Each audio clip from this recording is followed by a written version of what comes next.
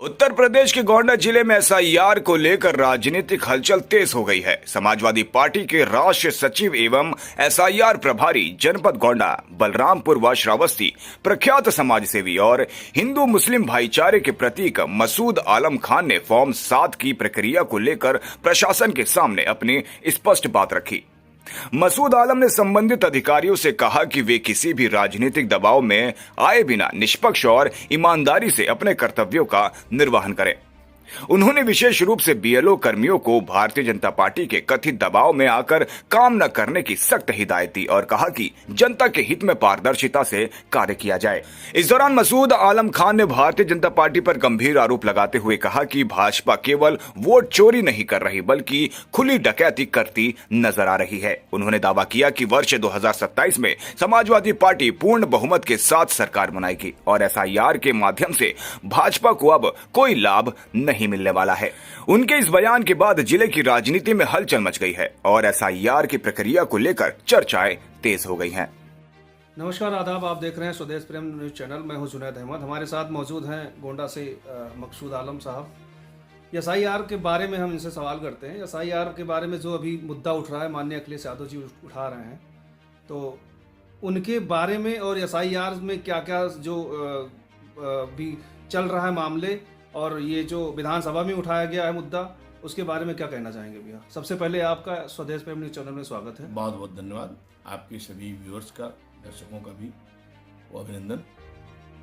देखिए, मैं चूंकि एसआईआर का प्रभारी हूँ जी, और हम ग्राउंड लेवल पर इसको देख रहे हैं जी, ग्राउंड लेवल पर इस चीज को देख रहे हैं, तो माननीय अखिलेश यादव जी लगातार समाजवादी पार्टी पहले दिन से इस मुद्दे को उठा रही है और बहुत गंभीरतापूर्वक इस पर काम कर रही है जी।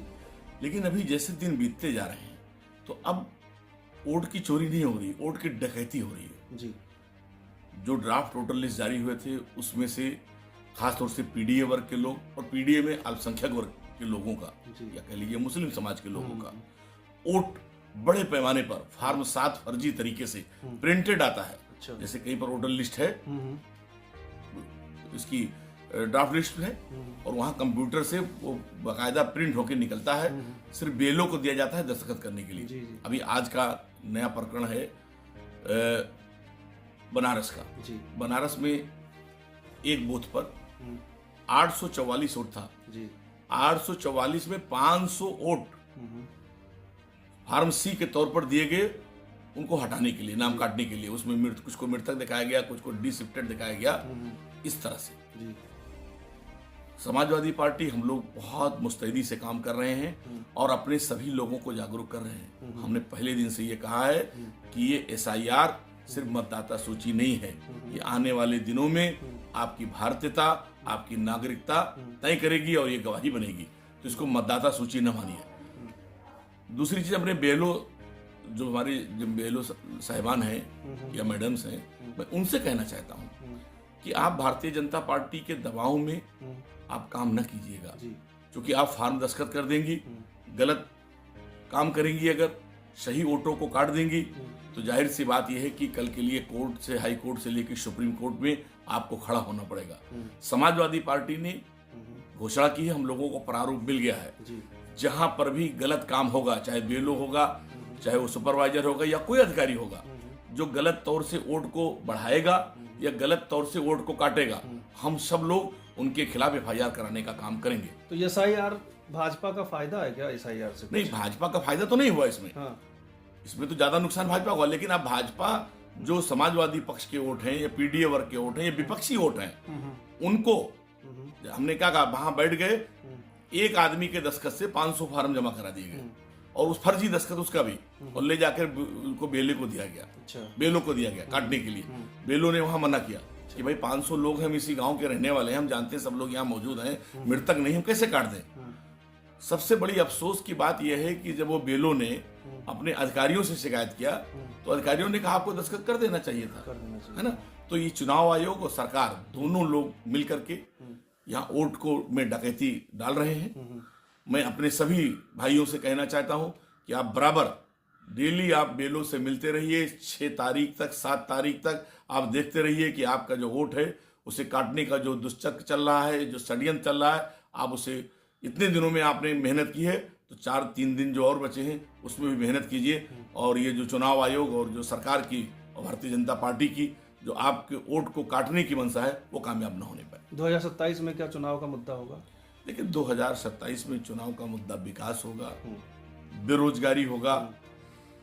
समाजवादी पार्टी की सरकार जब बनी तो आप देख रहे हैं कि चारों तरफ अच्छी सड़कें बनी, स्कूल बने, अस्पताल बने, तमाम कल कारखाने लगे। 9 साल होने हैं भारतीय जनता पार्टी की सरकार को, एक भी बिजली उत्पादन की कारखाने नहीं लगे। समाजवादी पार्टी ने दर्जनों कारखाने लगाए जिससे आज आपको बिजली अच्छी मिल रही है ना।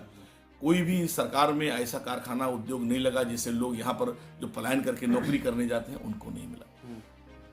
केंद्र की सरकार ने कहा था कि हम 2 करोड़ सालाना रोजगार देंगे, तो 11 साल हो गए, 22 करोड़ होना चाहिए, लेकिन 22 लाख भी सरकार नौकरी नहीं दे पाई, झूठा है।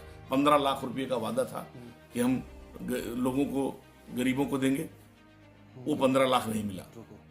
तो अभी मुक्तेश्वरानंद जी के बारे में आपने सुना होगा, अभी कुछ दिन पहले धरना प्रदर्शन कर रहे थे, उनको स्नान नहीं करने दिया गया, उसके बारे में क्या कहेंगे आप? देखिए, वही प्रयागराज में शंकराचार्य जी को, उनको स्नान से रोका गया, उनके शिष्यों को, उनके बटकों को चोटी खींच के मारा गया, है ना।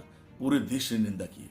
मैं ये कहना चाहता हूं कि 100 करोड़ सनातन इस देश में है, वो 100 करोड़ सनातन शंकराचार्य जी का सम्मान करता है, लेकिन उसके साथ साथ 140 करोड़ भारतीय भी उनका सम्मान करते हैं। इसलिए कि किसी भी धर्म के जो है धर्मगुरु हों, किसी मजहब के पेशवा हों, ये देश की हमारी संस्कृति है कि हम एक दूसरे का सम्मान करें।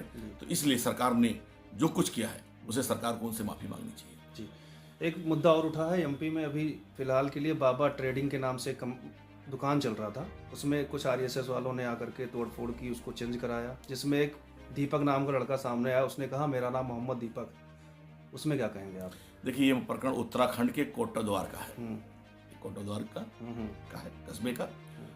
वहां पर एक 35-40 साल से एक बाबा ड्रेसिंग सेंटर में जो बच्चों का कपड़े बेचती हैं, एक उनका दुकान थी। उसमें कुछ बजरंग दल के लोग पहुंचते हैं और कहते हैं कि भाई आप इस नाम बदल दीजिए। फिर क्यों बदलिए? कि बाबा, देखिए आपको पहले मानना चाहिए कि जानते नहीं लोग, इनको लोग पढ़ना चाहिए। ये जो बाबा शब्द है ये फारसी, टर्किश और अरबी का शब्द है, ये हिंदी संस्कृत का शब्द है ही नहीं। जो बाबा शब्द है ये कहीं पर भी, किसी वेद में देखिए, किसी पुराण में देखिए, कहीं पर भी, रामायण में देखिए, कहीं पर भी जितने हिंदू धर्म करते हैं कहीं पर भी बाबा का नाम नहीं है। ठीक है, अब बाबा हिंदू में भी है, बाबा फरीद है, तमाम मुसलमानों में आप देखते हैं, हम लोग रोज जाते हैं तो कहीं ये बाबा फलाने बाबा जो भी कुछ है, अलग अलग उनमें दोनों में है। तो ये देश में 2-3 सालों में, 4 सालों में, यहाँ 5 सालों में बाबा की लोगों की उपाधि मिली।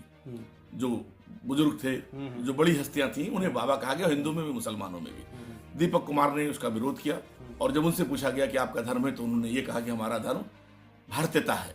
आपका नाम क्या है? तो उन्होंने कहा हमारा नाम मोहम्मद दीपक है ना। जैसे मुझसे अगर कोई पूछे, अगर कहीं ऐसा आया, हम तो इस मंडल में, इस प्रदेश में एक हिंदू मुस्लिम भाईचारा प्रतीक के नाम से जाने जाते हैं, तो हमें कोई दिक्कत नहीं होगी। अगर मुझे मसूद के आगे और पीछे क्या लग जाए, हमें गौतम लगाना हो, हमें वर्मा लगाना हो, हमें कनौजिया लगाना हो, हमें दुबे लगाना हो, जहां पर भी हमारे कुछ कहने से किसी का सम्मान बढ़ जाए, कोई इनोसेंट है, कोई मामलेदारी है, वो खत्म हो जाए, तो हम तो सबका सम्मान करते हैं। ठीक है, तो इसलिए मैं दीपक कुमार को बहुत बहुत उन्हें सलाम करता हूँ, उन्हें प्रणाम करता हूँ।